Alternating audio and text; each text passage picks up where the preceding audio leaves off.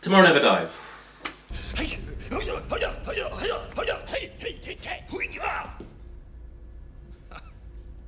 Pathetic.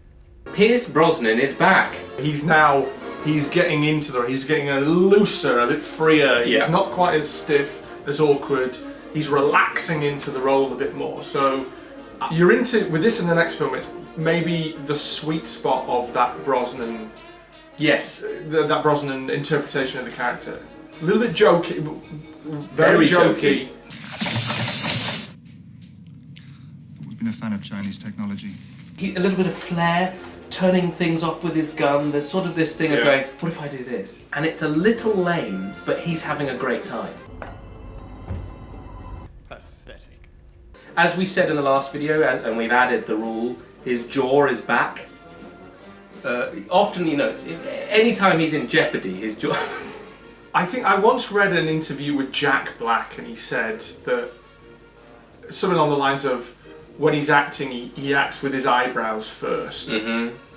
And clearly, he's been to the Brosnan school of act with one part of your face first. Keira Knightley, she really acts with the jaw.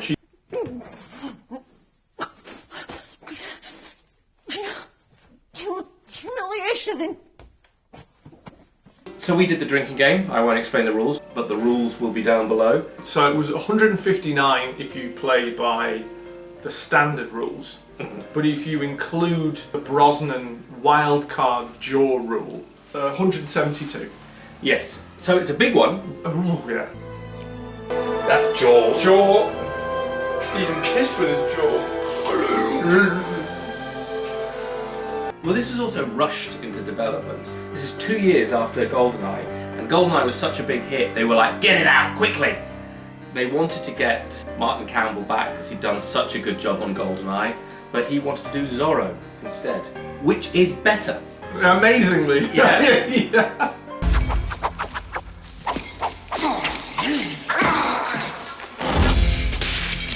So instead they get Roger Spottiswoode. What else has he done? Stop or My Mum Will Shoot. Oh, yeah. Mom! Stop, Oh, please, you don't have anything I haven't seen before. Mom, would you turn around, please? or my mom Both of you? will shoot. Pathetic. This came out the same year as the first Austin Powers movie. And to me, it feels that Austin Powers was the bigger film of the year. Let me ask you a question, and be honest. Ooh!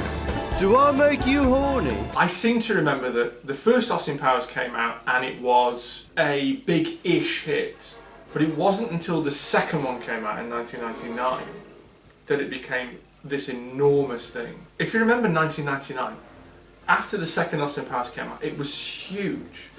People were constantly saying like, do I make you horny, baby? It was quoted wherever you went.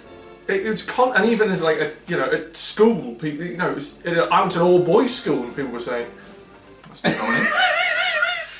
Do I make you horny, baby? The basic plot of this movie is Bond goes up against a media mogul figure such as Rupert Murdoch, Rupert a Murdoch. thinly veiled, thinly disguised, Yes. standing for Rupert Murdoch. And Rupert Murdoch in this movie is trying to cause a war between China and England so that he can be the first one to cover it because he's basically causing it, and that means he can then have the sole rights in China? Exclusive media rights to report on the war. On the war. Essentially. And Bond is against the clock and has to uncover this plot before China just fucking destroys Britain, is what would happen. Before the UK government falls for the trap and rushes headlong into a war with China. Yeah. That sounds like a brilliant idea for a film, doesn't it? Yeah, it sounds so much fun. Especially if you'd seen GoldenEye and you're like, they're now taking on Rupert Murdoch, media barons, and this is going to be great fun.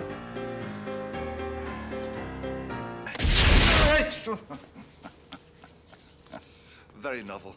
It was never terrible, but it just sort of went along on a very, very dull, flatlined for me. It didn't. Flatline's a good word. I think after the brief rebirth of GoldenEye, a sense of freshness injected into the series again. Interesting how quickly you slip into a kind of Bond inertia. It's fine. It's a perfectly alright film. With this, you can see how the series would, in a pretty short amount of time, slip into a kind of holding pattern where it would be very, very quickly overtaken by the Bourne films. Yeah. And there would need to be a serious, total overhaul of the films. You can already see the beginning of the end here.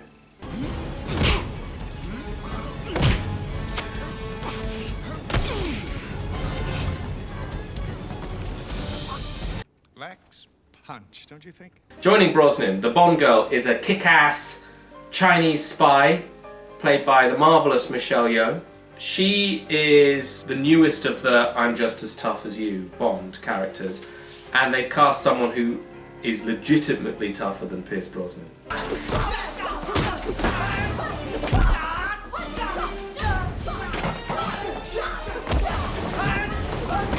In this film, I don't think the character's that fantastic, and I don't think they give her enough time to shine.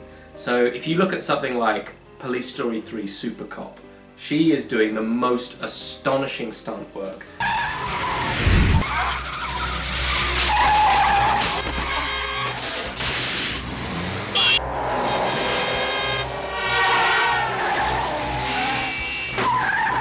And in this, they get her to walk slowly down a wall.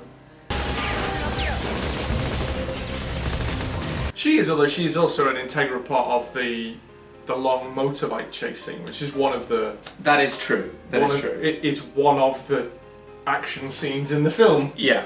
Hold on. What are you... Don't get any ideas. I'd never dream of it.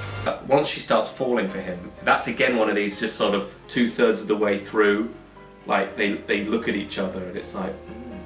Amazingly as well, of Pierce Brosnan's Bond women, 2 of them have won Oscars. So she recently won an Oscar for Everything Really What It Was. Judi Dench won for Shakespeare in Love. Rosamund Pike was nominated for her excellent performance in Gone Girl.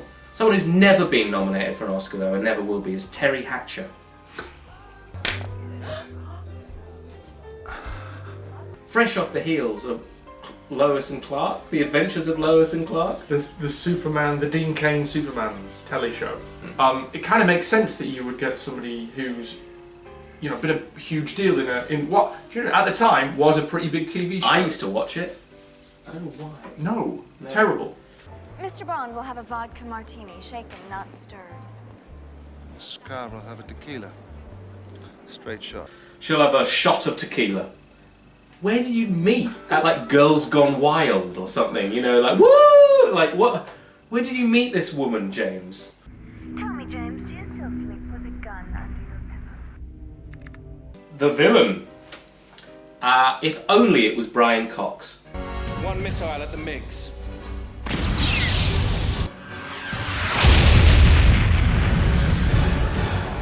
You're fucking pirates! So Jonathan Pryce stars as Elliot Carver.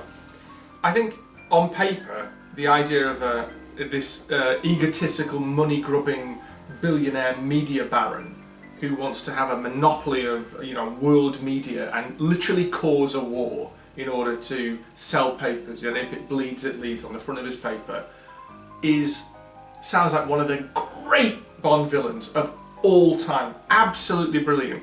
The fact that it is just a bit of a damp squib feels like a huge open goal missed. Yeah. How did a villain that sounds as fantastically unlikable as that end up being a sort of...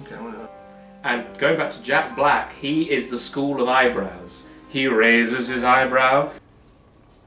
There's no news. Like bad news. Fuck off. It doesn't help either that we've watched this film again just after Succession ended, which was such a good portrayal of a Murdoch-esque character. Yeah. Dead this morning in Vietnam. Why the decision was made to have him type the way he does. Jonathan Pryce, I don't think has seen a keyboard. I don't think he knows how they work. Dead this morning in Vietnam. If you can't do it, fuck off. His henchman Stamper is the worst of the James Bond Aryan Muscle men. Red Grant, top of the pile. Then I'd have the guy from The Living Daylights. Then I would probably go the super strong man from For Your Eyes Only. And then way down at the bottom is her Stamper.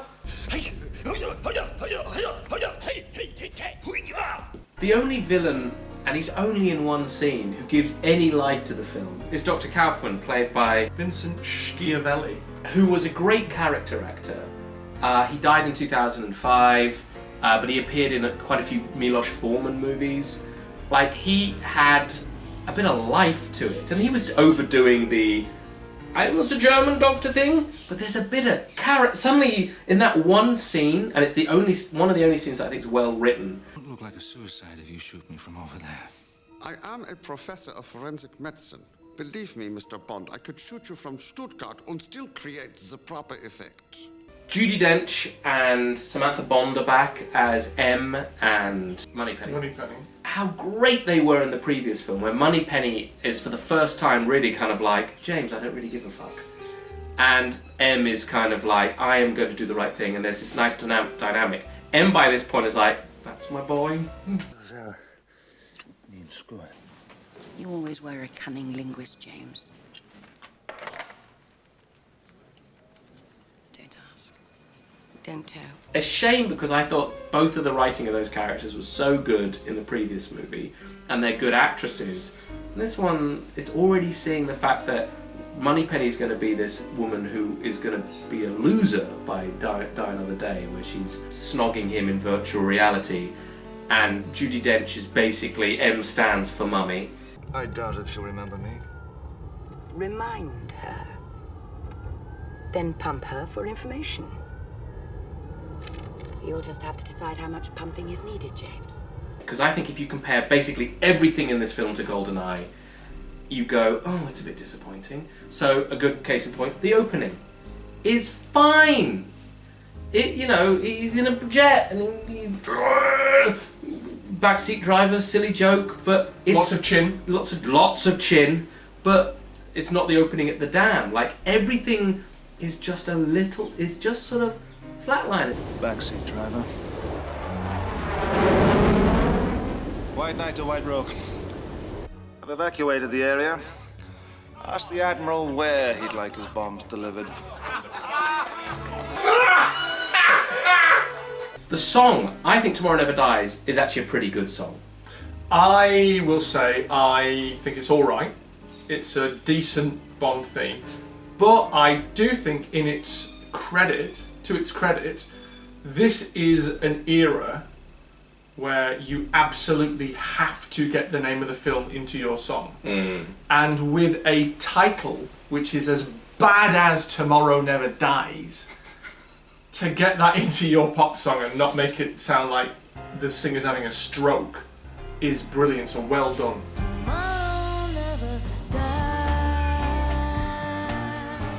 Said that you had the title. Wowzers! What does that mean? It's the worst one yet. It's worse than Octopussy, because at least that's a naked double entendre. It was going to be Tomorrow Never Lies. Which is still not a very good title, but it's a bit better, makes sort of sense with it. In the context of a news baron, kind of makes sense. Yeah. Tomorrow Never Dies. Tomorrow Never Dies. What? Never dies. Yesterday was never born. Was talk about sometime Anthony Hopkins might be involved. Anthony, yes, and he saw the script, I think, and he didn't like the script, and that was because the script he wasn't really ready to show Anthony. There is that bit where he breaks into the newspaper headquarters in Hamburg, and he causes chaos. I think he throws a man into the paper mill, the printing press, and kills him. You know, makes a little quip.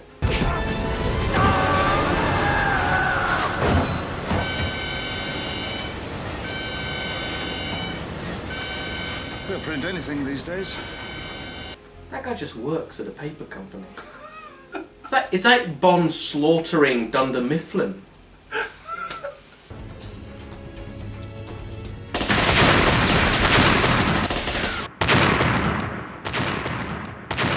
And we've talked about the action being not quite as good. So the big set piece of this film, there's two, but the big one I would say is the bike scene. I think I disagree. I think what the film wants you to think is the big scene is the phone-controlled, the remote-controlled car scene. Because I remember that being an enormous amount of the publicity before it came out. It's pretty good.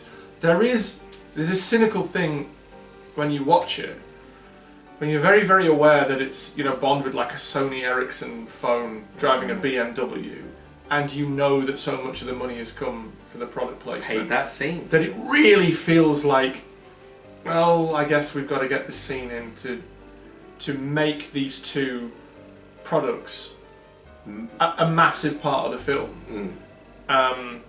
Which actually, now they explain it, clearly is why it was such a massive part of the pre-release publicity. Yeah. It's quite a fun sequence. It's all right. Yeah.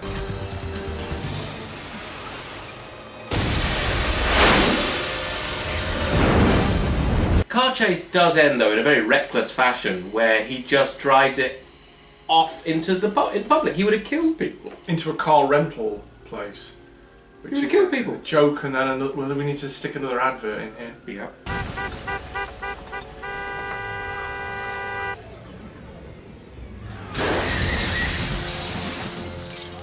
The Saigon set motorbike scene, they didn't film it in Vietnam because very close to filming, Vietnam went, you know what, no, fuck off. And maybe they saw the opening credits to GoldenEye of just destroying communist figures and were like, these aren't our friends. But that scene where they keep swapping around is fine. It's not the tank. Nothing's the tank, but it acts like this is gonna wow you. It's all right. It's the high point action-wise, I think.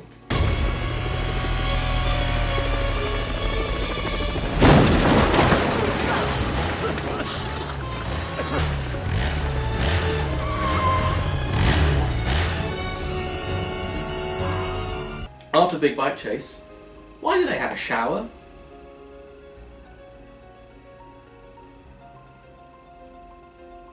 A clothed shower as well.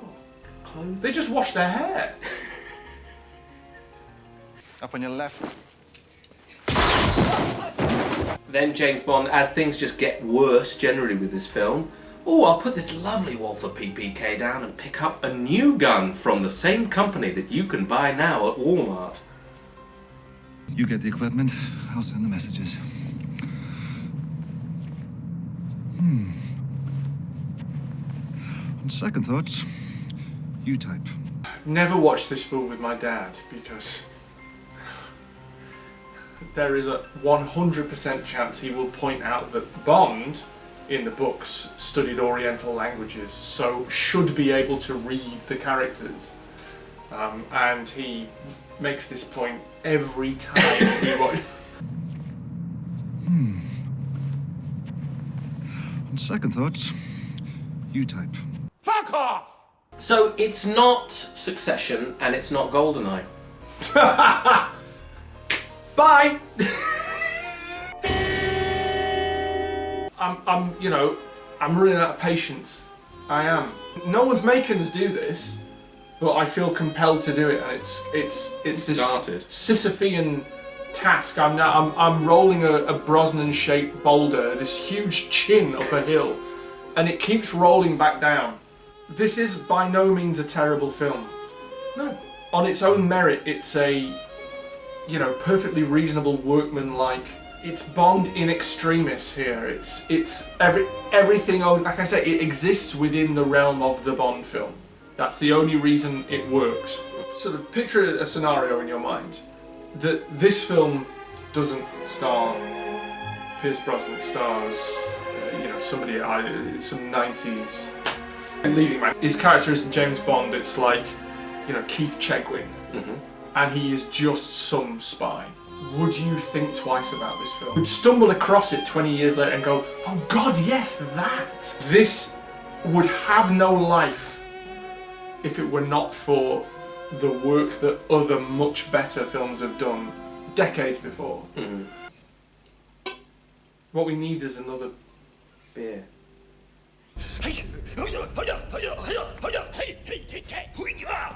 Fuck off! Do you want to go meet next week at one of the locations from the film? Yeah. Great.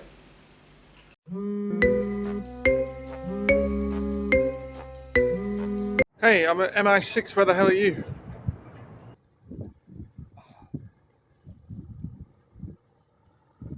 Ah, shit.